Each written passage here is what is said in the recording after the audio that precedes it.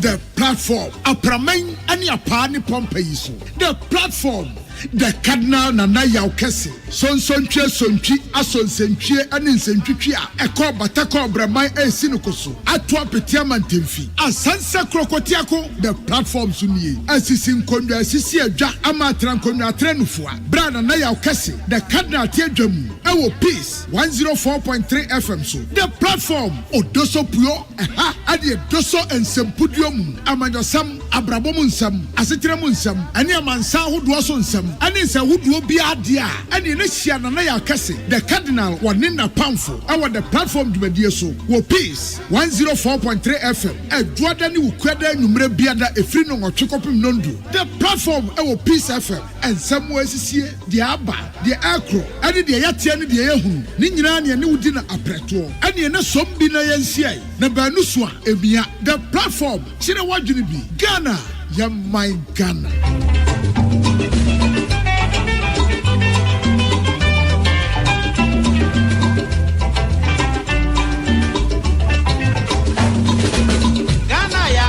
Batana, Yamieshano da, Wamanu near my penny nala, now I'm on order.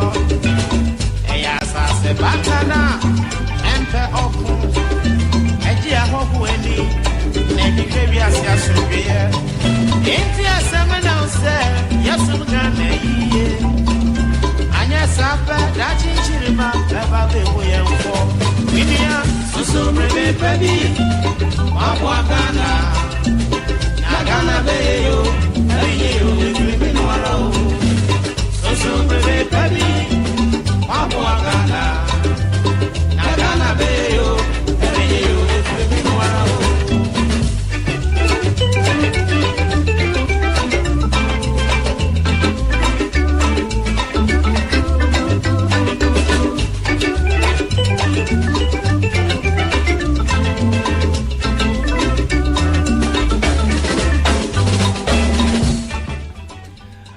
Abusia for ya mamunyana Joe anyumre ya mama kwaba ede ba Peace 104.3 senyumre no nwotweka se bono kokogu edwoda eni ukwada bia se ya na wanitua sejumadi nwanwaso a ya dem besom wo platform bre ena adrusu a ye ba betwetwe nkomo no ne da wase pa sen fidie no doso na so de wa fidie to Peace 104.3 anyumre na enkomotwetwe oba betie bi obetime de wadwen kyere nso aba ebrepam ne yebekin kan dia mawo uko Facebook ne so a Peace 104.3 Peace 104.3 Facebook no so obetime de wadwen kyere no afa ho no ebrepam no na yetumi akenkan dia mawo dwumadie mu aseda de enko enfama Lawson Beverages Company Limited Lawson Beverages Company Limited Lawson Beverages Company Limited we ni adwuma ko kura ya sense Jordan uko de bia no platform ye fambra na ye fambe som wo brepam no wo bete empinfo a eba besi wona monyoku anamu wonka ewo dwumadie yi eso na Emmanuel Enyima Elembele Keke NDC's communication team member mo bete ninka Ernest Yakumi ononso NPP communication team member ononso ewufi hanomu a omoba beboa na nkomotwetwe yi atumi aye kama na anwumre yebedi ase North by election ho enkomo se endi samonyoku no ena nipa bi bo isi sobo se omo pese omo ne MPP amonyoku no omo hyehye ho na nipa bi a won qualify no wode ne ba no obegina na isi edianu yaba anwumre yebedi ho nkomo na empenifo pese etu franka de ma MPP amonyoku no nipa edu ena omatwe omuti na empenifo aye ne se omo de special congress bi so na nipa edu yi omo de asone so na ne yebeka ni no omumomumu omakwa kugina ama nipa obedi mu nkunim no etu franka edi ama MPP amonyoku no aseye nwonwora kakra na nkomotese no nkomotwetwe no firase a editor wa ha na ya kese ode na pamfo omubekom akwakosi ase efe kofe enti enkosi se dwumadie no bekwa wiye no de na ne MPP amonyoku no mo pese omo ye nipa edu omo yi omanim no na wati ase kama Akoma twetwe ne koso no ubetimi do adwenkyere na fa Facebook Peace 104.3 yebekenkan edi amao. Empenifo etadwumadi yachi apamfo ne bia ya Patricia Sefa Fisher Captains Band no ne bono. Elizabeth Ejiri yeka ho bi Samuel Apia Prince Bafo Asamoah Henry Minka ena Sadat menso meka ho bi na ansa na akoma twetwe ne bi frase no yebetwa ye ho na ya jaboafo nkrato ye ba platform akoma twetwe no ebi frase ye etwe ho abasisi a.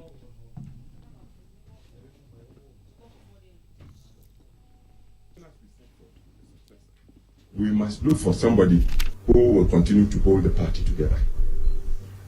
We mustn't go in for anybody who will divide us.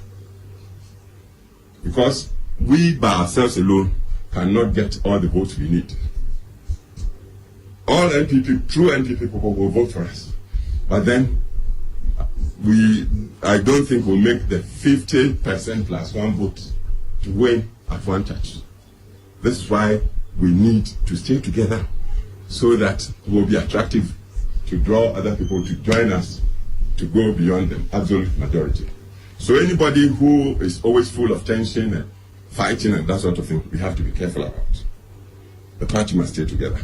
Then, when we've seen such a person, we must also look and see when we present this person to the rest of the country, all of Ghana, he must be the type most people will look at and say, this man, when we sleep on him, we'll sleep.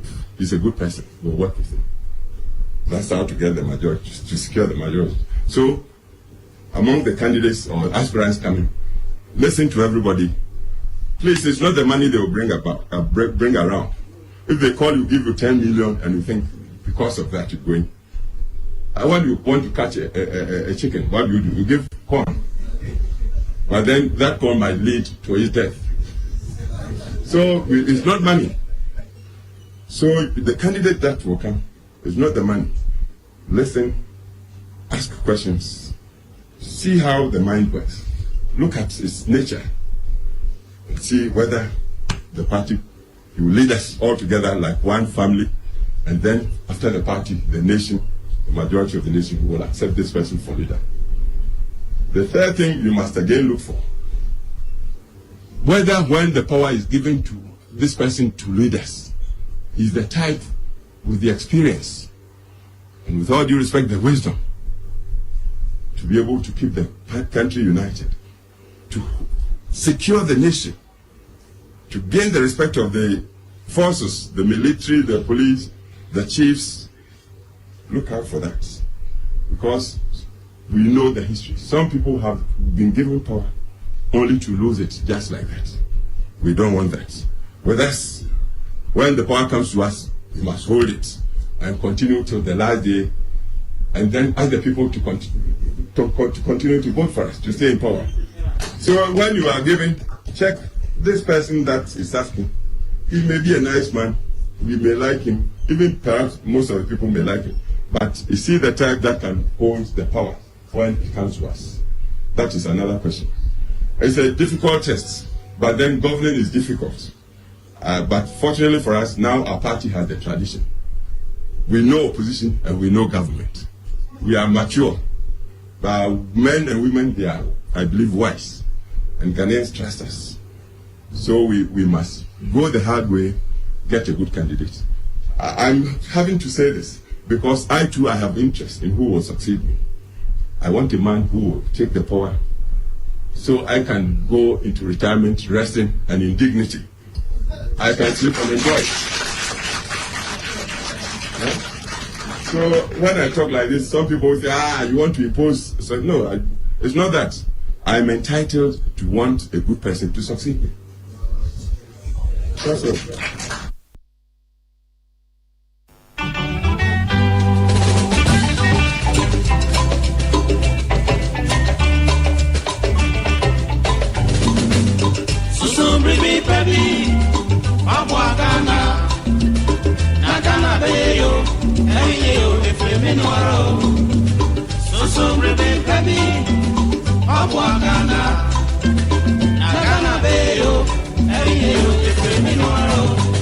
The platform, Apramen and Yapani Pompeiso. The platform the Cardinal Nana Yaukesi, Sonchwe Sonchi, Asonsentwe, and Insentwia, a call Batako Bramai and Sinukoso, Atwa Petiaman Timfi, a Sansa Krokotiako, the platform Suni, Asisin Konda Sisia Ja Amatran Konda Trenufua, Brana Yaukesi, the Cardinal Tiajamu, our Peace, 104.3 FM so, the platform, Odoso Pio, Adi Doso and Sempudium, Amandosam, Abrabomunsam, Asitramunsam, and Yamansa who was on some, and it's a wood will be a dear, and in Asia Naya Cassi, the Cardinal, one in a poundful, our the platform to be so, will Peace, 104.3 FM, a Dwadani Ukweda Numre Biada, a free no or Chokopim Nondu, the platform, our Peace FM, and somewhere is here, the Abba, the Acro, and the Yatiani, the Ehun, Ninani and Udina Apreto, and the Nasombina Yansia, Nabanuswa, Ebia, the platform, Chinawajubi, Ghana,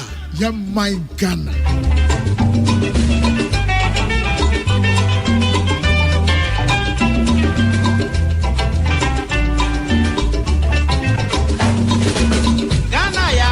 Batana, Yamiesha no da da da da, Wamanu near my penny nala, now I'm a nodo. Eyasa se batana, Empe Oku, Egia Hoku Eni, Nedi Kabias Yasubia, India Seminal said, Yasum Gane, Anya Sapa, Dachi Chirima, Eva Bewoyan for Minia, Susu Rebe Baby, Wapwakana. Nagana beyo, ayo, no aro. So breve baby, Wapwakana. Nagana beyo, ayo. Auza for mamunyana ajo akasima edu mienu na abo nonkron. The platform and wasungusu a utie. Lawson Beverages Company Limited da Roma ena yatena se na nwumre ye bedi enkomo Asen North ehun sensem ewo ha sei ene MPP akoto aba ewo Asen North eyinia obetu franka ede ama won na ekoko wiase no owura efe ne Charles Opoku ono ena odi mu enkunimu a okwa koginam na wa presa ekunwa no ede ama NPP amanyuku no ma oto ye no Charles Opoku nyamu ahasa ede okonomiensa ahasa ede okonomiensa ena afei Freeman amwakuchi nyan 136 na na mani nyina so ye 533 nti ko wiase no Charles Opoku ono ena wadi nkunimu a ojina ewo MPP ticket so apre Asen North ekunwa no ama won afei ye ka se nipa du ena afa won form se omo pese omo etu franka de ma MPP amanyuko no ye ko ni sei ni eno so ewa ha afei Asen North by election ye den sensem oba o na same jemfi atworo na yisi atworo na we atworo na we yi ano ensem bebiri den na oka efa saade no sansem we ena nwumre yi mene menuanom Emmanuel Anyima dodo no efre no elembele keke odi ni birthday nche kra but no kra ni say birthday no manhu so pari ya hu so oso hu so man say that hu so elembele keke sa birthday so do we dey nyame manam pa ndi bibio mo wi ase birthday mu so do pa na odi ye ema ye ndi bibio keke enzai Dada keke afio me so mafio pa na birthday so do na dey nyame manam pare ndi bibio mo ai me 40th birthday o e was so bisa me kwan ben na me fa so di birthday no sa na was so kan there be men kan sa because just Friday ya na me di o that's anya ne okay 1 week na Friday ni so won say ade bi e da makoma so ne say se me hu enkola ne gu ekwan ho sa na so mo stress sika e me mobo pa and question ya me bisa won say ebi mba won chen da so mo bisa sika mo to me so glass nim o mo to me da o car ne so omobada but you see my fear is that sa enkola ye gu kwan hu deɛ ehu kɛseɛ ne sɛ nkɔlɛ ɔmo ni life o na yɛn take time na yɛn protect ɔmo a ɔno no sɛbi ɔno kaa no ntobi o baby ɔbɛda o ni baby da o nti ɔkyena bi sɛ ɔde tuo bɛgyina wo so wɔ fie a wa wabɔ ho bra wa acquire property no kadna ɔde tuo bɛgyina wo so wɔ fie a ɔno ɔba a onsuro hwie o ɔba na ɔba because life bi a ɛden oni life bi ɔyɛ den o live nti at the end of the day no wo na ɛyɛ wasodie sɛ nso bɛboa ɔmo ama ɔmo anya good life no ɛyɛ yɛn timamufoɔ no ɛwɔ sɛ ɛyɛ asodie because ɔmo na ɔmo betumi tɛne hardcore armed robbers a ɔmo bɛ attack no nti ne de bia mi hu a I think that we have a responsibility towards them nti abra my birthday yes say me ba no pɛ ɛna me decided say no I have to celebrate with this case so that at the end of the day no ɔmo nyɛ te sɛ bio ɔmo nyɛ Ghana for nti no kadna my birthday ne deɛ I went to the street in Kolegu car kwan so from Sakamaba Kaneshi ba Bayard eba ba Nyameche ba La Paz deɛ ɔmo na me ne ɔmo celebrate me 40th birthday me decided say me nyɛ party sika me de be party no sika me de be party no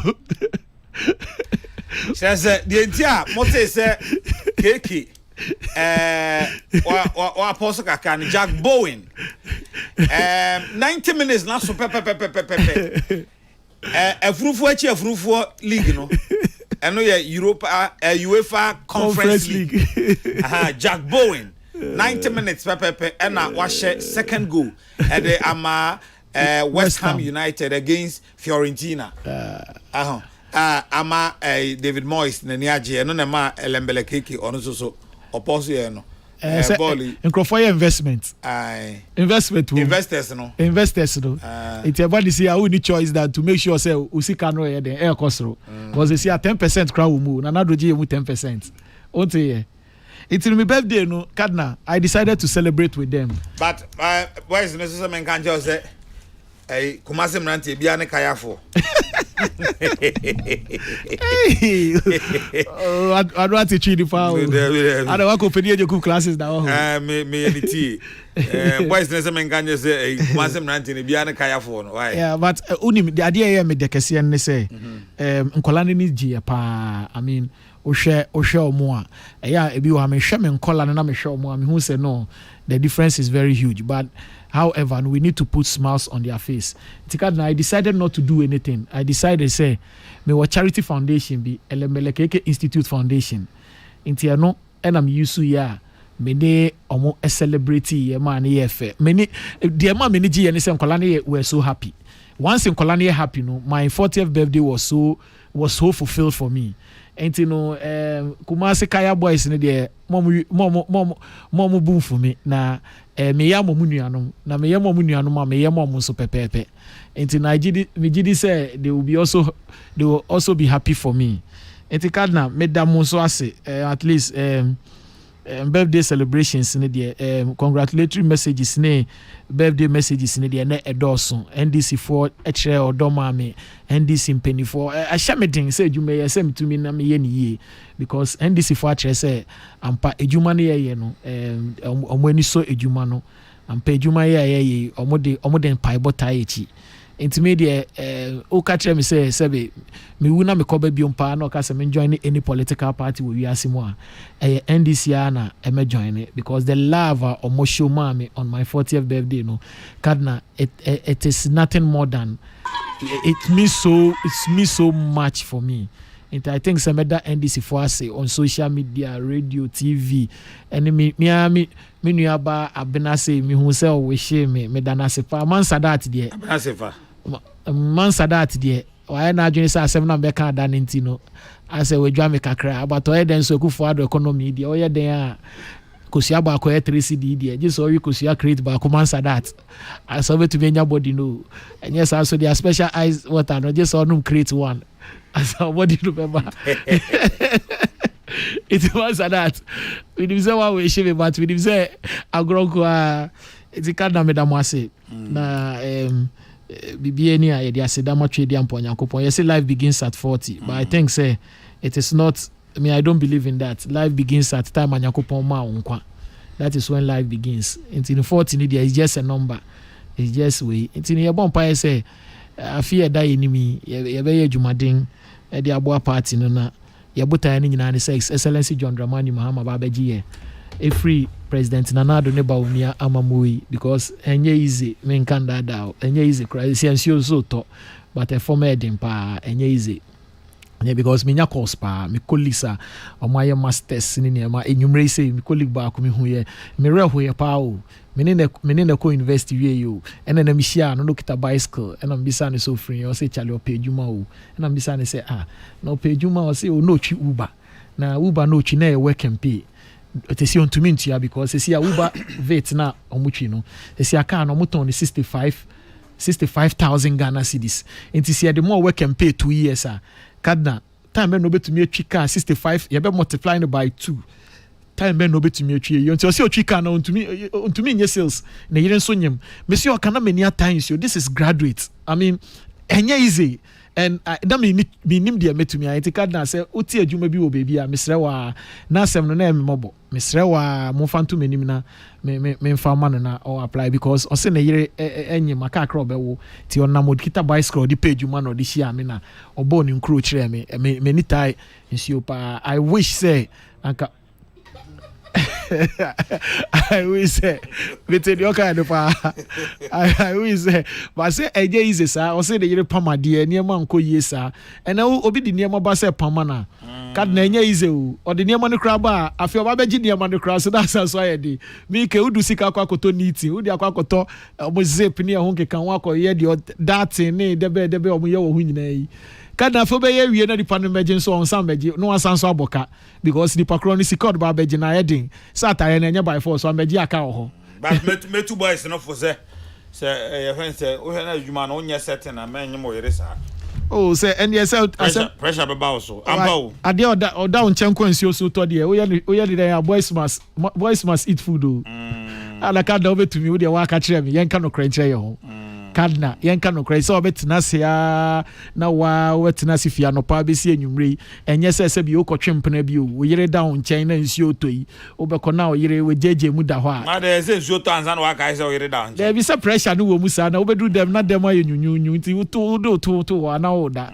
kadna enye easy Jesus crack asanka kru wa de manem pare me enye easy sa o matanya momo so na kru wa Jesus Christ crack asanka kru wa we de akabane pare no nti o ya beba sa kru wa de abramudi adase se akabane pare ya but ya ohwia enye ye be kai Adam Garden of Eden no na me techire kakra na me hwe Adam sa time no na Adam ohun Eve no otie mu Bible ne ka say o say indeed this is the bone of my bone, flesh of my flesh. Say no care mu Nyankopon kra free every baby side say hey to say about me okoto wa chedi e beside wa chedi yes o sister God about we say hey say na Nyankopon kai o say hey cause the yam shit the way Adam boy there no this is the bone of my bone, flesh of my flesh. Not just say oba ye sonkoma bema enti no me hu ne say enye easy but we need to put a system in place that at least we school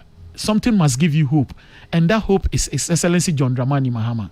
And yeah the hope neighbor, we are coming to give hope to the hopeless, we are coming to give life to the lifeless, because at the end of the day no President Mahama by first ya ne no na ne mamu ntise o na kosia de 50 pesos se si ayo to kosia 3 cedis de bia me de emfaton oh into do enye easy sa into no ubi samia the system is very tough, and say system na tough no bufon so system nim into take it time at the way bufon so system nim one sha we mistake obi afa ho proud.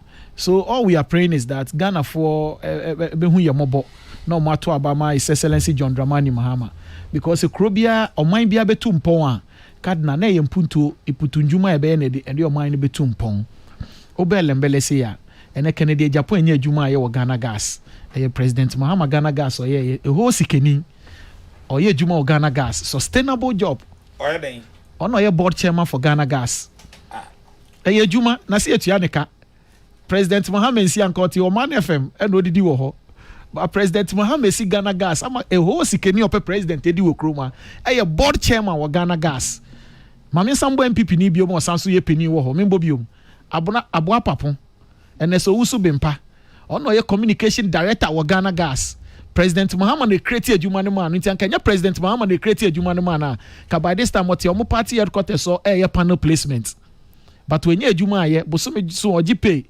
nti I am telling you that President Muhammad adwuma ye no ene na ama MPP fo bi say enye adwuma so si ebeko ye nimu a mpuntu ndwuma yesi Circle Dubai wankasa hwe young guys ni young girls omugu ho ana omu ye adwuma carpenters masons steel benders omu ni aduane mo job creation until when we decide to develop this country through infrastructure no edi adwuma pi beba until President Muhammad time no na adwuma wo hwe hospitals yesi ye nurses enye bi ye ene ehon keka ho doctors cleaners ene sa niema no until for me dia obisa me a si ebeko edim a eye sa niema no na beba yakọ enim se oman na wo hwe President Nana Addo ne Dr. Bawumia Aban idia edem pa na obebisa se omoye edem development no moye hospitals are omuntumi nsibi 7 years no mu wo say 8 6 years we are not seeing any completed hospital, we are not seeing any completed university, we are not seeing any completed project ejama President Nana Addo kra ontumi wie circle a ejama ni circle ye ontumi wie project ejama President Nana Addo nyina ontumi wie enti kadna si amfa President Mahama mba obi oda odwene hwekan otumi tutu niama ama ye hoto ye no His Excellency John Dramani Mahama inti no the signal ye be hu say MPP ebe lusu 2024 election no a send off by election inti sa send off by election it is a do or die affairs for NDC. How? Yeah, we need to rescue the people of Asen. They must speak to justice, because we believe that justice na emra na omude kwan omude honorable Jachi Kwesi Mfaso no ubisa me ameka say miscarriage of justice ewo poto kasem, because at the end of the day no the real people will speak when in terms of justice the people will speak, because constitution they say the power resides in the people. Inti ye power no way ensem si sa power no bi ne apopo ho a ye de ama aban ne omomude we no. Inti we believe that the people will speak, the real people who have the power will speak, and when they speak, that is the final ruling. It is not the Supreme Court ruling. Supreme Court really cry to make a review, but we mo kasa final, and they are going to speak loud and clear. And for me, I have no shred of doubt in my mind that Honorable Jachi Obrofaba we lembele brofo ikurase brofo ikurase 6 hours brofo David Run cry says here you be good. Then yes, you cross for me can see a man cry, you have a bobra.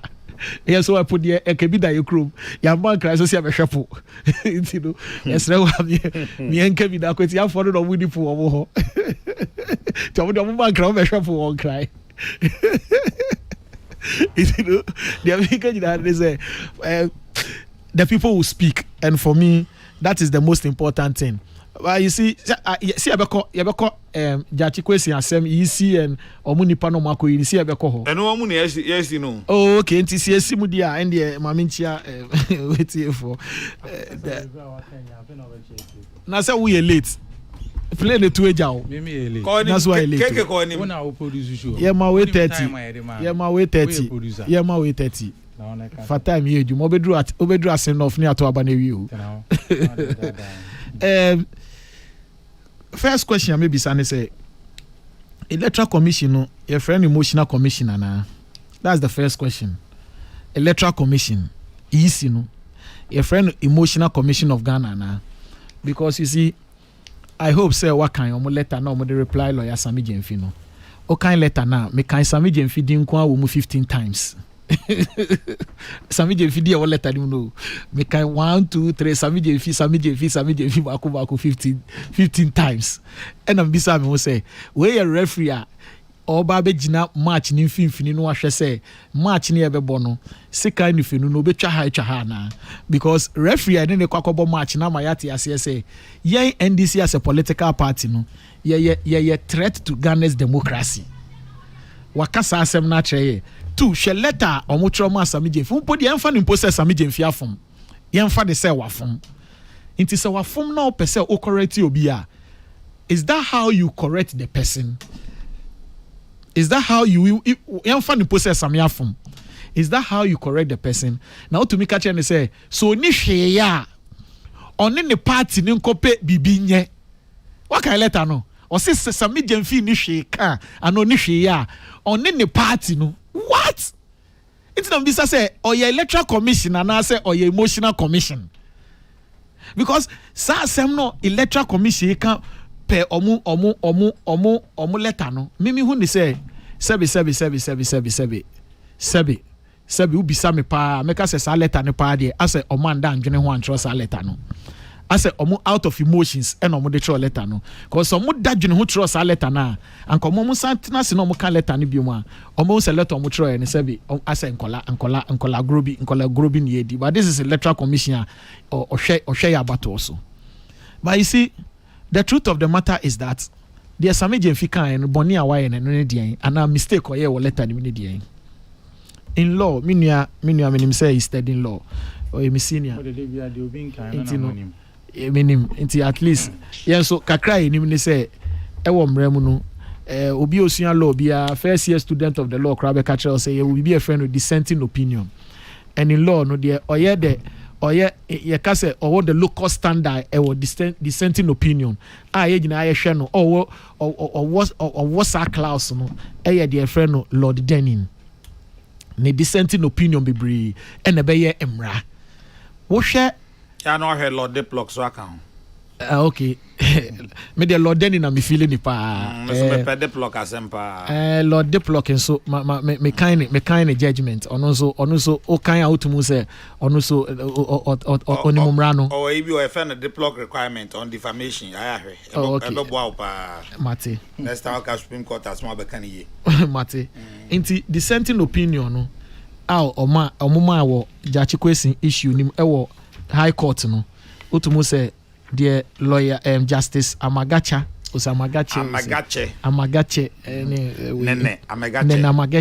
omo the way be call omo the call for we review and the dissenting opinion ma also no otumu say we need to look at it as the law.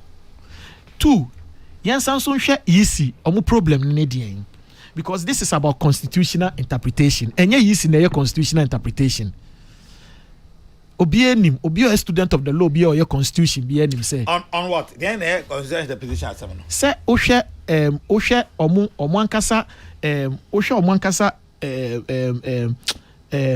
nomination forms no na omo de buy no any omo CI 127 regulation 63 sa nomination form no onim time buy there ekwa wase no ofia no omo de buy yo e ba da ben and na no pay me bisa Dr. Serebo Kuku Kokoko so say sa form no since 1992 form mo use a nyom na be dada okay say yemfa ne say e wo ho da be e wo ho dada mpesa ogitum say wo da bi mimi nimu na so kan me mentie ne ye no I don't want to take Dr. Serebo Kwaku words because I don't trust him so I don't want to take his words first of all minji nindi yes no dia me kan ne say easy whether or not ye throwing that down then you it is electoral commission.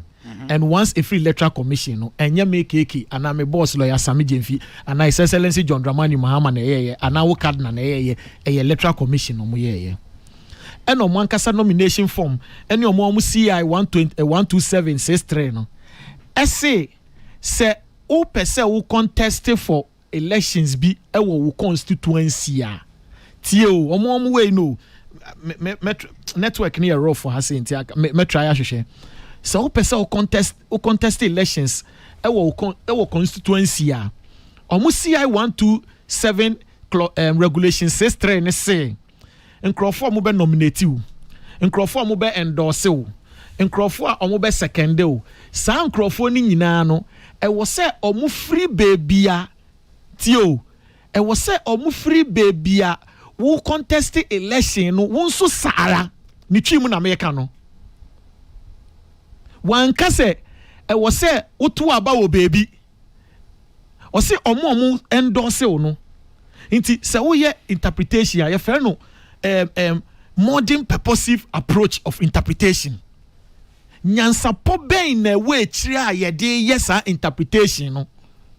Nti sɛ yisi ka kyerɛ yɛn sɛ because wohwɛ yisi ne letter ne mu a ɔmo reply lawyer Sami Gyamfi na. In fact, they even confirm same. Ɔmo confirm same. Ɛhɔ na lawyer Sami Gyamfi gyina. Sɛ nipa no ɔto aba wɔ takwa. Ɔnyɛ registered voter ɛwɔ Asenof. Ɔmfiri Asenof, ɔnto aba wɔ Asenof. Breku o sɛ dɛbɛ dɛ wa was ɔnto aba wɔ hɔ. Ɔto aba wɔ takwa. 2020 ɔto aba wɔ takwa. Wanto aba wɔ Asenof. Sesia osi opeso oto aba wa Asenof. But isi na kwa kojina constitutional provision now say it was so registered voter. It was so ufri uye registered voter. Into yisi ni ejina baby a registered voter. Of course, you can be a registered voter and contest election anyway. But we are looking at the yisi on one kasa nemra waye no. Inti say yisi say eno no be gina nye yisi na be yes interpretation no. Inti na make say interpretation no obi oye law obi anim say a Supreme Court na say yes interpretation no. Good. Me wo be two questions answer na mako so. Okay. Who say provision we da ben? O say and this for who say CI 127 no form na why no. And the provisions in the 1992 constitution and no limited to the person being a registered voter, being a native of the constituency, and then having lived there. I mean, the specified number of years, 2 or 5. No, Mihuni Daben, what material effect would it give to it? Good. The material effect, and say in that same letter, is the buy now can or say, Omono, Nasa de way I'm okay, any issue. Munipa na modern no call Kumaunu, or the Sequoia Aye. Or not to about I was so west will go. But when young for free Kumauma went also the form no man. It's had an asaben the anya problem, and never problem. Okay, into Enra Sadia being Yena Yehu. What did I mean? That maybe say what material effect will it give to it? Because Senra, but are you saying no, maybe Senra. Me no nyadwen ana enra me no yadwen ana why bibi bone na maka enra ana manka enra na ene me hu se bibi bone wo ho I don't have the right to say ade we enye. You do have, but of course so when we as I say in fairness no, yes as o mama hu say enra ade na wo ye no wo ye mfom so wuti e da bi o se me say me ka kire o se me hu because una wotwe madwe abaso say me nti no bisa me say what material effect enra me hu on the blind side me hu but se sia me hu and I may try what you abaso say. A dear me who say a wrong. Inti mremuno one kasa umra and any boy bra. Inti the nipane dia who easy who allows her dear no share umranim nasha umran is a regulation 63 no nasha CI 127 he say and any bobra inti me try what you abaso inti sa wa adwena me try abaso and any letter 10 or mutro didi atem no. And only letter that is why me bisa say or your electoral commission yes ya na so your emotional commission because we are referee it is say enra VAR no one when hu ni ye na say na yakwa kohwe VAR after match ni you see oh no o decision o take enra no e hu bi da referee to me ma red card ye to me protest red card me yakotena we committee enim ni aka say no referee ni ye mistake into no red card ni cancel hu bi da. It is the one who be that. What is wrong with what Sami Gyamfi was trying to draw the attention of the Electoral Commission? Say, Omo mrano, any omo diamo mo yen, any mrani bobra. Okay. It's an only letter. It was the last question on this. Okay. Assuming say form now it was CI 127 you know and the provisions of the 1992 Constitution as a student of the law. What is the position of the law? Pacho, as the student of the law, the minimum say, Sembrebi inconsistent with the provisions of the Constitution. It is null and void. And who can declare that null and void? It's not easy. Enyame, a electoral commission, a Supreme Court. A Supreme Court, able to me declare provisions, no, that is inconsistent with the provisions of the Constitution in null and void. Okay. So, enye easy, enye Sami Gyamfi, a Supreme Court, inti say Supreme Court, no. Under what circumstances and issues of interpretation of a constitution be taken up? Oh, say Article 2:1 say Obia obet who say Bibisa na ofeli we no and obetumi akọ Supreme you must invoke the original jurisdiction. Yes, you can, jurisdiction of the Supreme Court. You can do it. They tell me Bisa nanka me hwe say time on NDC for mu hu say sa provision no a e wo CI no mu eye inconsistent with the 1992 constitution and sha to the extent of inconsistency no be null and void can me hwe say kamo be invoke original jurisdiction of the Supreme Court to say or interpret sa de na press release no whether or not you could seek for interpretation or you the press release chinadwin basoa enya right ana maybe sir me mom de sanka madwene mu a me hu sa ade no nye no ana especially me the first press release by or no so say there be say net here no and I will proceed to the Supreme Court to look for finality on the matter. Okay, me bisa question me nimsa wan answer question but you so your citizen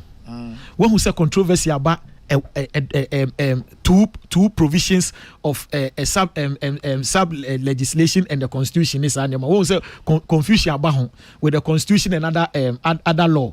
Until when we see there is confusion between the EC and NDC, we are citizen. You can also do that. Sure. Yeah. So, but that is if me jidi say confusion or what? No. Yes. Say. And to one I was say confusion on. There be any actually easy adua baso. It is say yes no so. There be it ye no there. I know to make us say. Fanimpo say o de ya twe wadua baso ni aye wrong as an electoral commission say who person correct wrong you don't correct wrong with an insult but because their letter is an insult and your correction na mo amon kan no krese mo offense mo statement amode bae hwesa me jamfi brofo a wo chorotoro yi any ECDA aye ECDA no mo ye insult there be o Sami Jamfi no onye referee yisi ena obetimi akasa ba ha yisi una oye referee ti udi fane say ball ni ye ball no hwe say ye hwe ball say me no ope ball pa me so me pe ball unim say on the park players ni teams ni butu mi fu mo ye heated e mo to me attack no mo ye say ni no David it is the referee and it was so calm game me down because that is your duty who duty say you will calm the game down you make all the interested party obi abe calm me down now wait to make the match na my match na den am my match na yram ma take position be say sa easy way you be bia no e be mo fenti no e kwan bia so e se mo ye ne hu fi there be okasa mo political parties we mum yeri nyina me kai pass time one Abu Ramadan versus the easy another impo sa Ramadan versus the easy sa time a health insurance issue bi no buy na me kai send MPP for opposition na me tie konwa we yam na me tie hey baby me tie ya hey na me tie me kai some MPP for kai sa bre no na ndisi fo no easy etese afi na mo ko honeymoon no ma ware na so hey Charlotte I say yeah program yan kana sem kra David meba David kra ena to me say MPP for no asabre no na omo gina easy no so pa no ena de omo so no any easy no to chorus mo sa na mo tie yenimo mo parties mi yenimo se sa na mo tie mpacho easy here NDC we mama fama no see ye koye ye 13th primaries here easy be conduct elections in ma no NDC issue statement ambo mo abaso mpacho who sa statement no say na mo ni choice there be kasi ni omo yard papa na mo choice we will praise them na mo choice but when they do the wrong thing we have to condemn them because at the end of the day no we are interested party and adie no ye for our interest and you no need interest into your adie in our interest ni ehu sa adie no ye krojen kwan so peri ye kwan so assembly anihu a we will praise the yeast into my catcher say ye elections man we praise the yeast am crofo kra catcher say hey yeast here dey bia mo twe omo abo so yi and na mo praise omo yi and catcher omo say if they do the right thing we will praise them but this one we think that the same electoral commission catcher and say unti wo kroma ora bossman say NDC a threat to that Ghana's democracy. It is a easy commissioner no kasa same way chire wa. Exactly. Exactly. It want to mean can say attack no. Na dia no ye na ye. But ono ne kasa ne kasa papa but momo de no so nye kasa papa. Nye kasa mo bi ni nyam kasa no ho ante. There be you. Yeah te kroma won say. Mami tie. Did easy atem people form no opposition. We did Charlotte say atem say be say mo kasa prostitute ni nyama. Demu ye kamo hwe omodim class omo abo akwase akra nkaye demu ye NDC ye buye musa how me say mo ye ye fence principal actors in this democratic game ese mo hwe ma ye democracy nyini More yes, sir. In fact, my biggest worry power Ghana as say our politicians who here Supreme Court. Any kwanya moderate Supreme Court over so. Sadie no. Say mo nyaya one day. A best split e we nyina ya nim sei. Na yentimi nso ano. Enye. Anyway, yaw. Cardinal. Ene moyi your friend saying Chasopoku. Ewo Asen North. Chasopoku ya ho asem na de letter choro ba e o. Ene ne makoyi no. Say mo candidate. Afei Asen North na nkasa by election no ho asem ewo ho. NDC ni isi nsensem yi ewo ho. Ena se si a yenim se emfra mo asora bofudu. Sa akromfu du, sa hontefu du. Omso akofa forms no. Mamintio. In fact, Elembele or started Kasa, no. Na ye saying 12 minutes to 9. Yeah. Hey, cool. Akobi pao. I won't one man tell. No, Deputy, your okay, you know, now my any, you know, and not your market. Because one saw starting 9, because 9 more. 9 only. Oba 9 for Mimi who 9 for. Oh, there we. Mimi who 9 for. Meme time near dear, you might know the until they can say you focus as and petty. To the Casavilana. Na yenchia etie for ne yenuanom ahwe for. Na Cardinal. Ye. Nyame si enka no kre. Sometimes I na medi ya say mo nsem kire for no say bibi ko chima ewo amanyoku ba kuma na so bibi na nya na mwaka ye nyina ya bom no aka se ebi ti said ye ebi ti said ni asem we pese odi edi afra se ye ni NDC for ye suban eye pene dabi Cardinal ye ni omusuban entimi nye peda nanso so ye eda ye ni NDC for but maka kire keke Cardinal ma menka masem meba ma min sa me ho ansa maka kire keke ba bia me ne omo nya adwene e wo kwan omo de isi no fa so no and then maka kire ma kire no ye ni omo nye pe me nka nsa mo ye pe o but musu ye ni amo sem a wo so call you out musuban no sa na mo nyina musuban ti musuban ko enye the same mo de Cardinal first of all no ya bedu baby ya bedu because anyway my yembo ye nua na obo ni din Chasopoku ni yembo na abaso say yema ni tinkwan say we win elections no na many wo ka say no sebi insese nke ba bedu sa mpempen so we say by election na aba NPP amanyoku no afempo ne ye kwa akoyi ye candidate yen na afe ne ye kwa akoyi ye candidate no or therefore be sorry ya na asem ne say yen ni EC4 aka bomu say nipa na ono afe ne ye kwa akoyi no so be win o yen nim the outcome of that election no yen ni EC aka bomu say ye kanana bia ma nipa na ma ya transfer ni vote e de aba enne ya me ne wo ka say aye din komi Sami Jenfi and the NDC has not been able to produce a single shred of evidence. That is the crust of the matter.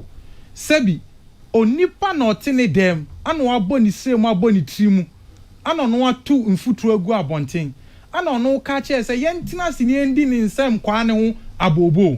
Sebi, Cardinal wo asem we nkomo ye ni udi eyede. Eti ye nuanom NDC for na nkasa ye nipa bia sabi wan hwe wano kasa yi a obetimi akasa tia om eti na ye me ya se oti akrampo a o kasa isi asem o mo ka se omo ankasa no omo suban na ankasa threat to the democracy of the state omo anka niye na so otimi hwe dem as a politician and yes a politician bia se nipa hu bia keke o so what I said the communication officer of the biggest opposition party in Ghana. Now to me create such a distortion in your mind and you bring it out publicly. When some no say brand yembe discusses adiya. Kwame Nkrumah time na senka PDA crash any more than dida. What are you saying? You say you condemn me say EC4 say omusuban nankasa a threat to the democracy of the state. Many they were charitable even in their description because as suban way worse than that. So we bet na ni fie no aboni same no waka che say ampa say yen sorry ni embe discuss the fact that ono na dream no dream say NPP ni EC4 atna say ahihye say ekwa transfer vote FBB di aba baby. In fact odi asemi kwa betu dwa the NPP has come out to clarify say ampa nipa na wo ka no oto aba e o baby a wo ka no and there has never been any attempt enti sabi wankasa onkomodi a akotwetwe ba so mfa so ne sen de di on so ne se elembele keke ni mpanifo omo nam ne omo nkomodi omo di ni se omo twi isi aso anaso omo twi omo adwen de asimra so wo twi obi adwen de asimra so no obi bu mra so a sabi mra interpretation no NDC for party office na wa adabraka no ananse sami jenfifie ne interpretation wo so obi bu mra so a o di asem ne kodan court batan and sami jenfi knows better than this. So it is obvious say ne letter na or no he does not seek to achieve legal intent. Na dwene say it is for propaganda value. Ana na dwene say opese ogu yisi ni mfi. Na so cho letter say wo ogu yisi ni mfi. Ana mo madwem muti mu poni say enye say mo oti mu papa bi say mo pese mo achieve some legal intent but rather no infutro ni fi na mo pese mo tugu omanfo nani a. What response do you think should such a letter no e was a solicity fee easy for serving komo meto nyoma omo anan komo bebo mu nsem e ma NDC for say o ye nua sami jamfi wayade say ono atena ne dem no a concoct story na for wi eche no obeka che easy for say osusu say story no a concoct no it is in violation of a certain particular law na law school no ko den. I am quoting him because just a few days ago he was telling somebody say that is not what you were taught at the law school. No call law school no sam ran ye koche no. Say unsusu ye mumpo no. Say ususu say obi tu anamo a ene mra ebo ebura. Wo no e was say obetena abonten na otu mfutu ogu nkofo ani. Na okeka nsem no na afa anwudi. Na me kasa kwa akosi say yenyanum NDC 4% abreni abribia no mo fa Ghana fofofofo. No mutu mfutu ogu yani. Sa na after 2020 election mulusu wiye. Mulusu ya na mo share mo chitafo kutupa ema mo ti omugu monten so ehye kata eni ade misbehave all over the country only for you to go to court without evidence to sustain your case ewieche eden na yeru ama beka che osi okọ court because na the way ani mebu ni ye no he went to court to satisfy the youth of his party. And then come no cause and chebia we fidie so an ye beka say also the nyame ase kra say omulusu 2020 election no. What kind of joke is that? It is not just say from the leadership of the party to the very smallest person no. Omo de omo say amanyo sem say amanyo sem ayeye no. Omo nya omo adwen say ombefa amanyo sem serious e oman we mu. E den ti na wo beka say a joke. Na nye joke. Ni joke e whole presidential candidate. Etimi beka che say Sebi in sheshaya or ye or the kodan court to batan no. Ni nyina so ne say na ni mebu e won e manyo ku onim no. The way amu ye ntin he went to court to start Google it. It's there. He said it. Ene ye nianu na ye resi edu nketi anso beka ani o ka kire. Sebi nyame na mi bo mi timuka. Enti na chesa modia musu ne mo ban ne say every time bia mo pese mo ko chichi mfutro na mbe to Ghana for any. We shouldn't be sitting here even discussing this. We should be discussing productive things. But mona makofa sa semwe ababetumu. Now we create a mess we are. Then you are trying to invite us to interrogate the mess. When someone na KKK 75 by anything. NPP yako ye candidate. Same ponu ye candidate no. Se na namo ntu a o tu na ni mrabo abura. Se o de osimwe. O de asa o maami a o. Na unia ne cardinal. Ana cardinal nye sa na tie. Na fe ukura abriye. Eti mi ankoto sana ye no yesusu se jechi kwesi ebumra so ama ye de kodan court batan ama court batan edi asem na ebu etia no ai ne ye ko ba election no na ka odi wo ha ne sen osimu e na nko abohie na wati nwesi abonten so na wani age esan say nei no MPP candidate ayakoyi no sebi na motuo no eni mrabo abra eti is an automatic win for your candidate nene why we where we are now. So, na almost started sa nyama we nyina na almost they prepare grounds for tension. By election na ye be konimu. And omusuni omo ban no. Afe na mozumo hu. Osi e afe ni ehu. And na make sure say sometimes in something that ye kabo mu na man yesa. I am me tumri ache usie say opa hwe by elections ayako okromo anum say I characterized by tension and violence nyina no. Was started by such behaviors from yenuano a omuti wonu wi de bia omanamotu no ye kwa election or by election or baby no moon say it's a 50-50 affair e betimi akwa amanyeko bi side pe no mo de ne say e o say de akohwie betum e o say e kotena ne manufacture assembly betum e o say create tension say e bia isi ye bibia ensese oye hweminu elembele keke nsem a okay ana referee eti wo nsusu ye ne say wakọ pitch so na wokọ ball na ball no ye 9 ye de ball no referee na mo na wo keke udimrika na wakọ 2 na ball referee yem no dia yem hihie butu hwi ba bia o say na referee there ade na me butu me ball yem no wo so wa butu me sabi ball no ball ne e ball na say blows and ye kọ ball park and so it is elections near kwa then you need to submit yourself to the rules of the game. Na no baby no is it part of the rules of the game? It is say bi mo na mo pe ana mo person mo twetwe EC no e de ba be gina sa gina bia no yen NPP for we don't speak for the EC and we will never purport to speak for the EC but as interest holders no so be tenase na be kan asem o control letter na be twi edin be shem a se bi nyina so bia na se fata se yen so ye di anu tumbi na ye che o se asem na o kan se bi eni nyina so bia anasa asem na wo kan eni ti eni nine so susu se wa asem na wo kan o ti wona na watu anamo contrary to the comparison na some cardinal yeah about your friend is saying yenia Abu Ramadan ni Evans Makomu case ya o kan wan say me even they went to court and in the end what was the decision of the court it is yenia no NDC for mu susu se anamotu omutu no sabi e wo nyina so a you go to court. Sabi me read yenya Sami Jemfi a write up or the buy no. There are some reasonings in there.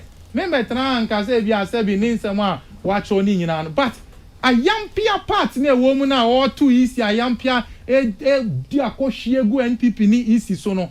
It is a part that must be condemned. Sanka NDC for ananka yen ye too sana man ka beti so muti radio so where is the Christian Council of Ghana? Where is the Peace Council of Ghana? Asofufo Ghana hat here then civil society. They are always crying foul and making unnecessary noise and calling on people to come to their rescue. Eti sabi so woni nyina so a sasa no factory baby sabi me no wo ka say sabrain and ka before kwa say you be discussing the legalities of the issue as to whether candidate ne kwa NPP akoyi no say nipan on to aba as to whether a violating mrabi kwampo na I was say yen Sami Jemfi any the NDC no I was say Sami in comedy chel pack here a bread Ghana for any east no but some say omuni mani wonti they still hold on and they still found their voice and they are moving around in circles and speaking in this manner very despicable and unexpected of even people are I was say omuni better but you see they are going about and saying these things and omutu in futuro egun kofo any but the woman say yenuanom no e wo se omote niama bi ase say ade bi wo nom na say wo ya na wadwe hu ahwe amana kwa echi say susu ampa say me ankasa ade ameye no how does that affect my integrity and they what you say easy response and they were citing Sami Jemfi na they were citing Sami Jemfi anya dey odi ahwede be fie no dey once na buy odwan na dey buy me that's on na dey buy so one culture say let away am make two futro am be din try ti say ya omom soro mutimi nya akukuduro kwa etina radio so tina TV so efre afoforo ntro this is blatant liar untimi sustain you obabia say nei no say enei no senka emra ye adwuma te say ne yenya expect ya ana isia logic complain with the police say one fan dance emra no ma friend sesi a anka wo behu the collective bunch of people are omuni hweye a mbekwa ko bochenku police headquarters say omukoye dede because the police had invited them to produce an evidence to a baseless accusation which never exists in the first place but cardinal sene be ya ye nyina ye democracy ebeko anim no some of these things no eba me dey ana me susu ye ne say ye nyina ye mfa ya nuntum na where it is condemnable we condemn it for the legal argument we can always argue it. There is a constitutional provision in terms of the eligibility criteria. So why an ultimate contested election and a hifana sani panitimi contested election. That is an argument for all of us to make. It is a whole feeling po say what side of the interpretation and answer how they to sa constitutional your friend is a provision so no. Deep in law, you go to court to prove yourself. Mate. But say who needs a adrenaline say obeko court e dey prove you ho a sebi sa akohwie ni nsɛm a yɛka ni nyina no ɛnyɛ nsɛm a ɛbɛboa na ka na make asɛm ne kɔ yɛn yɛn MPP for there yakoyi yɛ candidate na yɛ candidate yakoyi ni nso no yɛnim paa sɛ senatie bia no nkunimdie no obetimi di nkunimdie no abrɛn obi bia a concerns about it how susu say candidate na yɛyi no ebia enimra ebo ebra no you can go to court but this blatant lies we will not tolerate it and we will not countenance it anywhere. Ernest Yakumi akotia Jay-Z. Oh, baka na ozi am share time na so dem hey na me just say bia abob akotia star boy and mama landi na wakasa ma fifrete work condition wakasa ma fifrete work condition no be starting no anya me an besi wo lizi musa na bo we mama the woman say Lawson Beverages Company Limited wamo ena ede Lawson delay man capsules oh no o per capsules no na wa no me no wa also per capsules no na abo Lawson delay man bitters Lawson delay man bitters eno ena be boa pa keke say sene a okwan wa no ahia tambia beka so abre sa de so atwam ye fence 14th century entino unya Lawson delay man bitters na bi bobo a bibia da yie yes say gina ho be gina ho yes say da ho be da ho amo hu zampa yankopon to no no hye ne ma pa say ukọ ba bi a ye ton drinks and wine sales outlet sports pubs joints a ewo adakoja achia eho nyina no unsabeka bi afi uduru ba bi te say keu mas keu obolo mark frimp and afi John Brown ekwa nkroma ewo ebuakwa osisa unsa ebeka bi na tse bibia e kama ma atufo no mo betimi afre 0248 619999 0248 619999 na fi bibia e kama ede ama shano so say ya wa Lawson delay man capsules and ya what delay man bitters agro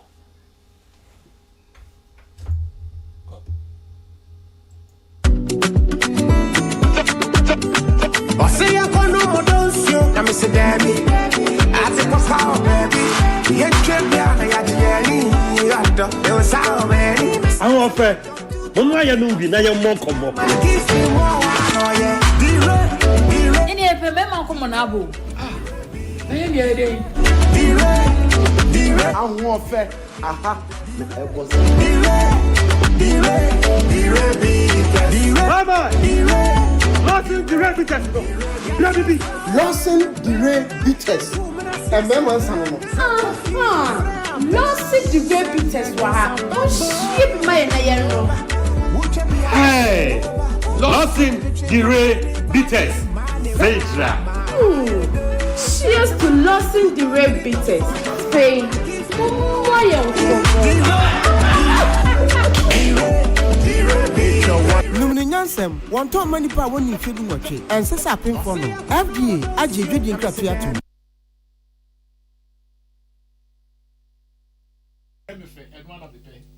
Neno kwa nyansa be na ne. Okay, yeah, to come to train is one adwin chira idi afa Facebook na making kan ye dia mamo come to train akoso pa. Ewo studio na Ghana for mutie, bon so mu din komo bi. Ewo Facebook na making kan bi e dia mama ma me abadan for ne die. Na me de ehia so se na ya wo che wanwumre pa o bo adwuma na koso na sumo my Ghana for adwuma pase ya na efa bo my Ghana Ken Rashid enso de na maduru se asembreku aka Tema BMW no so ne de nie o se ono no wataka se lawyer Sami Jemfi empempi no ensema a woka no ehu hia se obeye lawyer but utimi tia hu ni se ebi wo no mo a odwene ho a won hyada nte ase na waka ka say Sami Jemfi ne qualification ekuta no yenhwehwem na waka say nipa bi mfa na adwen emma no Ken Rashid also dia de ba ye no wo say Charles Adupoku Lampre Ken Rashid the message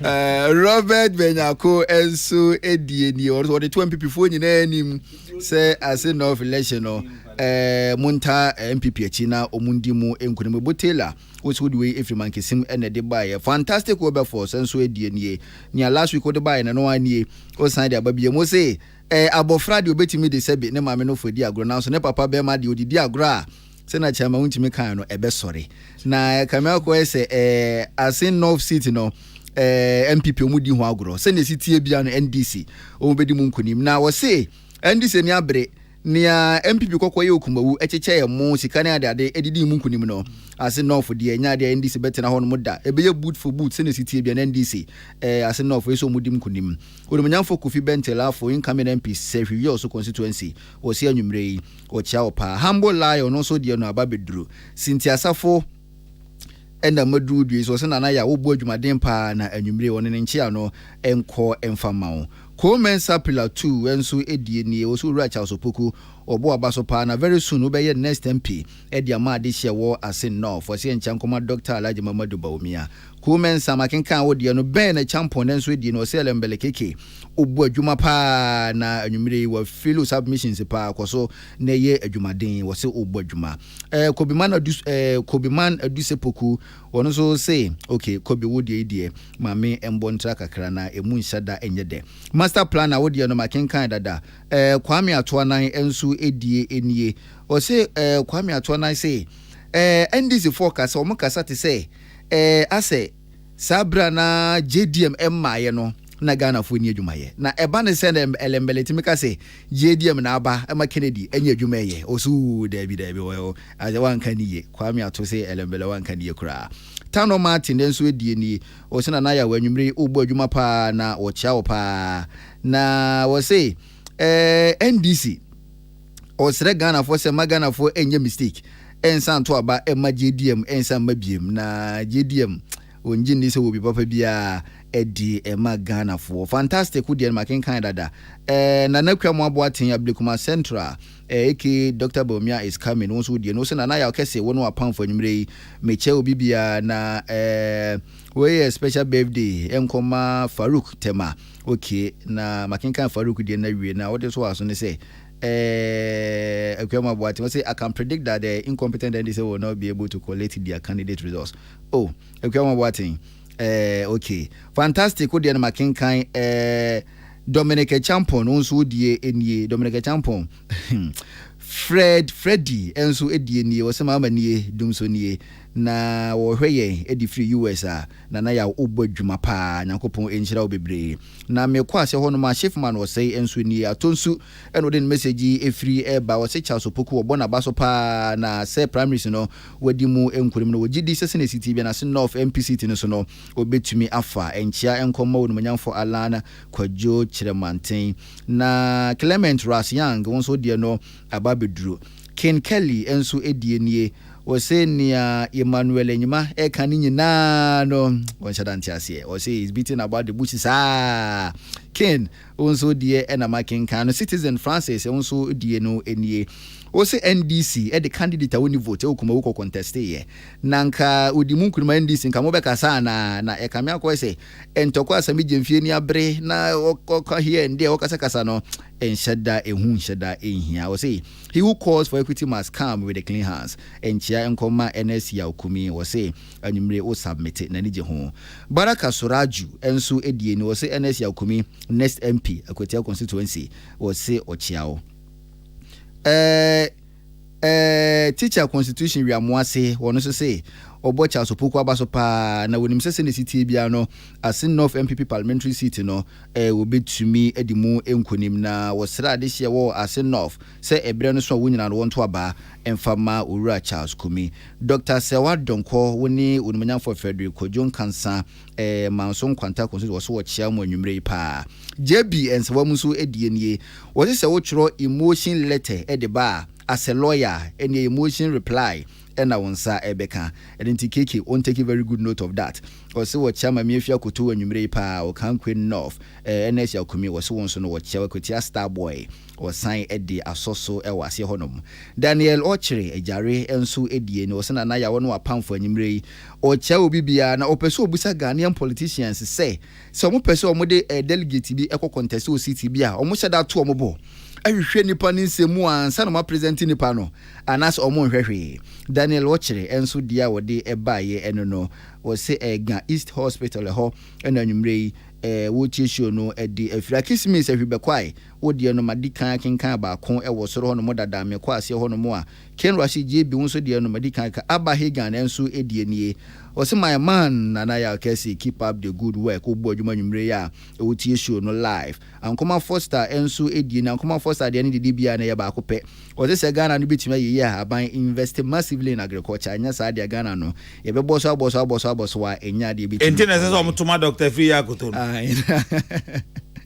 akoma that man na edo so enema intimi nkoye enobru a onso wodie no enie o say isi no in fact why very charitable the amasami Jemfi pa o deserve words reply mpo echene anensa ekaye no good evening enkoma ma miefia koto incoming MP o Kankwe North na nakwama boate wo de na sa bebia ma medical kan baako ewo soro hono modada the Prestia Mayor Aziza onso die nie wo so hwehwe no Facebook Prestia Huni Valley constituency o say NDC Senate City bia no ase North City ne dia mo wene election no modi munkunim na Mad Lion na half hwidie munso die enie o say no kura wa asem no mu ne say the truth of the matter is Sami Jemfiele Melekeke and the entire NDC omunim say ase North City ne die omuntim ndi munkunim to ma sha ase say fom ho no musa omo ye fom ko yedede wa ase ho no musa wa bro munim say city ne die enya de mu betumi afa o say the least said about Sami Jemfi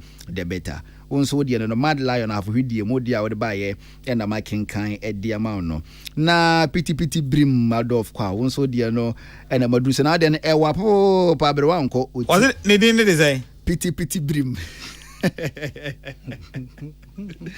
Adolf kwa and honestly the roti region rodi free baye o say obisa elembele say Ghana gas na woka say eno na aboa papon ene Kennedy enya adwuma wo hono moye no JD ma ene botom sika ene odi siye ana o so opese obisa elembele keke mane yi na no na ewapo pa eko ase hono mu a mentimi enka nyina na meko esoro hono mu a ama Florence Akismi bekwa Akismi wife onso die no makenkan wasoro hono mu dada o nti no ma menko so na menkenkan na menkenkan ne die Ishmael onso die ne wo se Ghanaian political parties no funny parties pa na wonso wo de eba ya Aziz enso edie ne messages ne ba nti ne wosoro hono mu no vanish sa nti man kenkan wo de a na wo de acheme nana Kisi Evans enso edie ne Dabi Kisi wo de edie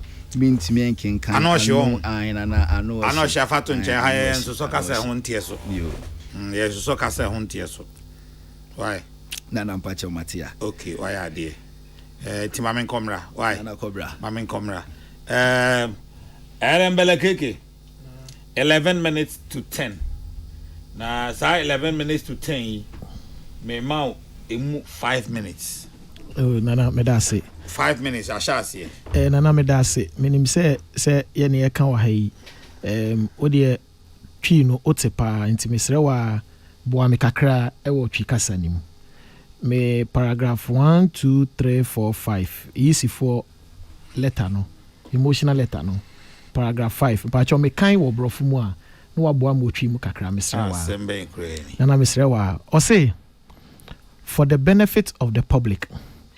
The nomination form states as follows. We, the undersigned registered voters in Asin North constituency. To media battery. When I'm canning the enough watch it. I say, Sabe amount for Betiasi intino. Form no ni bien sandy paya yasan Asin. One they are saying not nation form they are saying no bianche so do hereby nominate nominate wo cardinal of the same constituency. I know constituency chrono. I of the same constituency. I know what's our constituency chrono. To stand for election as a member of parliament. And we hereby satisfy that to the best of our knowledge, he or she is qualified to be elected as such. Okay. It says here, yes, for letter Nankasa paragraph 5 no makachero no. I will church mu oka say ye nyina ye free constituency ha of the same ye na ye you no. Ye no nyina free constituency ha. Emrani say omo mo be nominate you, omo mo be endorse you, omo mo be second you. E was say omo ye qualified registered voters in the constituency omo nominate you na free. Tie ebrofo no. Omo nominate we free inti wo cardinal omo nipa ye omo akoyi na brantie ne akoyi na efre no bibi opoku no sa abrantie no ono onto aba ewo Asenof oto aba wo takwa inti ono no wo takwa no na ye endorse ne esi ye ni free ahase no oto aba wo ho ana. So that is the question. Inti yesifo ankasa omo letter nankasa America say omo expose omo no eno no akyerɛkyerɛ mu otwi mu no na wo kyerɛkyerɛ mu ne ɛyɛ me de pa ma etiefo na etie no ankasa hu sɛ ye boss lawyer Sami Jemfi no nim de na ɔkyerɛ no nim de na ɔka. 2 omo ye constitute omo ye mmara ne maye no yewo butaya intentions ɛwɔ mmara ne ho wo opese wo stand for MP ɛwɔ constituency Asenof wo na opese wo be stand no wo a ye to aba na wo ntumi to be ma ho wo ne ye to aba ma wo no wo ntumi to aba ne bi ma ho then so wo ka kire nkrofo a wo Asenof say ye to aba ma wo na be di omo anim common sense logic ben na wo we mu nti omo ye the framers of the law no they know all these things enu ti no mo ye mra no omo anya mra ne kekese ye kan mra no ye kan mra na ye de sa nyansapo ene adwene no sa ta ekire nti seminia Ernest ni mu a enu ti no mo akan wotwi mu amu ate ase no ebia me de be ma no so obetu no nso betumi akan wotwi mu no ate ase a nti nipa nankasa obetu aba no first of all ono onto aba wa Asenof. Inti sa woka kire ye NDC say ye ni didi ND yisi atem any ye ka say yisi te say the word so use and yisi ye didi na atem ono ankasa so confirm say Sami Jemfi letter no baby wo mu ono ankasa hu say adwempo papa wo mu. So wo kan we wo san kan we adwempo papa wo mu and amaka kire adwempo papa na wo mu no na wo fin say atem didie no eno na mama wakan no otwi mu a kire Ernest amwate ase ene etiefo ate ase nti logically no nipa nankasa oba be stand wo Asenof no ono oto na ba wo takwa ono oni Asenof nti no logically no ono obegina wo be ka kire Asenof so yenye den ma no yento aba ma no no be ye den because onye registered voter there ono on free ho develop share inti se enti de amode no ko kuma wu no mode no ko so onko yeden me se kuma wu die no fa ne se ye hu e na me kire wo no fa de se ye hu inti se ne ye hu ni etwe nipa na adwea baso yes no e bia kuma wu ye mistake ye hu inti ye ko ye nim no ye nhwe ne ye e na ne ye hu ni etwe isi adwea baso a enu ti na me ka kire say isi letter no enu na me kita yo letter na me kita no metumi abobo Sami Jemfi din wo mu 15 times inti se NS ka kire me say yisi ka say a threat to Ghana's democracy no catch me say omu yusu where's a chance akran ke be ni de no I mean ne wo cry me wanwa mate because so bisa ne say o catch yen say oh and na NDC yet say no bisa ne say daben no hu ye daben e no hu ye eya na me wie eya NS ye no te say bia no nti krom ha say o ti krom ha say before e be to about 2012 year to about 2020 2016 me fa ba no si year to about 2016 no ni kroma e de no man fanya yisi o de no man fanya Charlotte say but then they want to preach to us say and then when the AC is doing something wrong and we are trying to correct the yisi awankasa cardinal what ya correct yisi ama me no ye me de say wa correct yisi ama me no me da sinyame nhira o for men correct is if you say dey form ya o dey buy me dem me call law school that me nyei but form no provisions no crown contradict the supreme law of the land wa unim say the constitution and never paramount whatever is inconsistent with the constitution no one penny be in fact the constitution no hwe na ni mumpo enti se nkasa form no ma design ne constitution no boy bra kra no e boy bra we enya yi a edin kra nka won be ye front them kra nti nanka anyway Cardinal It won't only Sammy Jefi adwene say letter no. Not at all. Nyasapo. Not at all. Not at all. Yes. Sad kada waka dey ya confirm ya feel say not at all. Yemboa etiefo na omonti ase. Pacho boy ne enti ase. Yes way to go. Unim boni bia isifo aya wo onkan ya na. Ebia na me hu yi. Etiemo an say elembele keke ni NDC fo adwene boni bi wo wa isifo ya esese ye ka. You see, you need to tease the fact to even understand Asemna or Mokano. It's a non-starter. As we speak now, there is no action on the part of the EC, which we are criticizing. And I'm on tour na ECA too. Can I meet you as a politician? Tell me a tier for Ebeji Sabia Mina. ECA too, and I'm be say you're criticizing. Say you cast on my idea and not on my idea. Uniman, I'm on tour bisa. Kana yen kana tie for nti bia enkomo twetwe ne ana wontimi confirm me. We pa cho benkai. It is in two anamobia. It is how control roller coaster letter. Now betina now obi ma response now be ka say eno your emotional response ah. It's a figment of your own imagination and nobody can help you. Na yen ya sami dem fi no cho sa roller coaster letter no. Me nim no. He is more intelligent than sa letter no kwa. Or to one. But it's not say only pass oh no, just a second. Just a second. Oh, me patch Mr. One, just Minka Bibi. Minka Bibi. Oh, Minka Bibi. Just a second, Mr. What's run also on my own? Mr. So, Okostani MP Wakutia. Question Pacho. Oh, there's Okostani, okay. Oh, there be Okostani MP Wakutiano. Nan count to about Wakutia.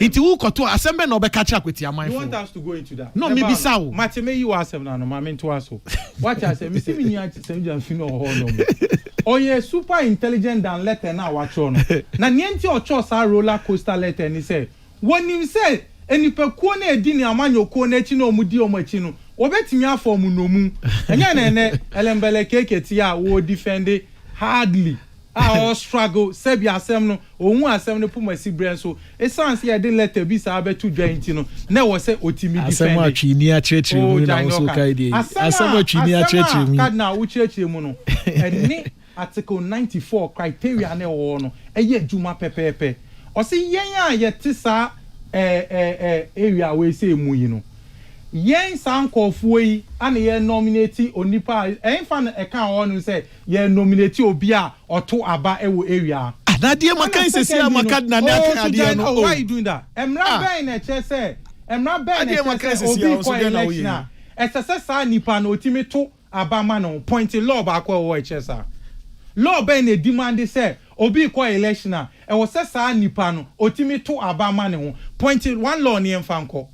And as a form ben ana momo failure ye indicate also say candidate no chinchina chairs say ultimate to abama won. What kind of joke is this?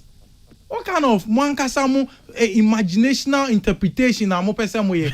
Na wo bi aba ka che say ye embra na ma me interpret sade we say ye embra na embedi sade we wa bobo. What kind of joke is that? It will frame some answer. Some nkofobia mo betu futu egu omani a mo party for pen and betimi this adwuma na obi sa me question me answer ma na untimi nchosa roller coaster letter we me nya once untimi nchosa roller coaster letter we na won expect say obi number be you no there be it is because Sammy Jefi him say mo as party echitafo no betimi afa mu no mu say we afa mo nkwa so afa mo nkwa ana ka mutina sina mo ankasa mo analyze ya first of all you ask yourself say easy no action ben na easy take enti ami metimi enya ho akukudro say makotina radio so ana TV so say me criticize easy there is a zero action on the part of easy we criticize no secondly no so ade na wo gina so na ene ankasa wo ye dede no eni nyina so bia say wo say wadwi